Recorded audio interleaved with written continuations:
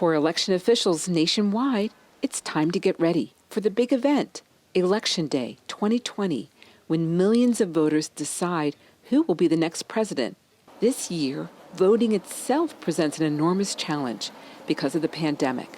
The response? Most states are greatly expanding voting by mail. If we assume that somewhere between 65% and 75% of all ballots cast in the 2020 presidential election come by mail, that means that somewhere between 90 million and 105 million ballots might come through the mail. That's a very, very significant volume of mail. Of course, there are numerous logistical and security challenges to voting by mail. Registering voters, for one, and then getting the right ballots to voters. Sometimes you hear talk as if blank ballots are simply being sent out into the world almost willy-nilly, without control. And that's simply not the case. Voters receive ballots that are specially printed for their precinct with barcodes with encoded information tied to the person's voter registration.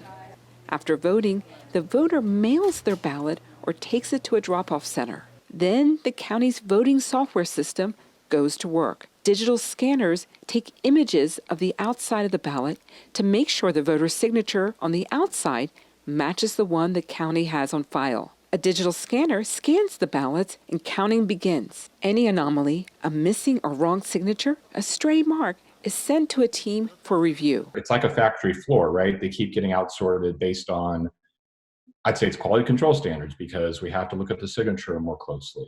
Voters can track their ballot's progress, much like the way they can track a package being delivered via text messages or a ballot tracking app. The process is also anonymous. The ballot's envelope is separated from the actual ballot as it is being counted. The voter's personal information and the concreteness of their reality have been physically dissociated from each other. That's a really critical step in our democracy in terms of protecting the secrecy and the privacy of the vote. But voting by mail isn't a panacea. Not everyone who votes gets their ballots counted. They arrive too late, or more importantly, they're postmarked too late, or the voter didn't sign the envelope, or the signature doesn't match sufficiently the voter's signature on file. This year, the state has extended the window for mail-in ballots. Counties must contact voters to validate their signatures if there is a problem. Even with these reforms, Alexandra worries about one group, young and new voters. They have 3 strikes against them. They are unfamiliar with voting. They are not very familiar with how the U.S. Postal Service works, and they're not used to making a signature. Racing the clock, checking voter registrations, sending mailers to get the word out about how to vote by mail. That's what election officials are doing now. Some are warning final election results may not be known for weeks.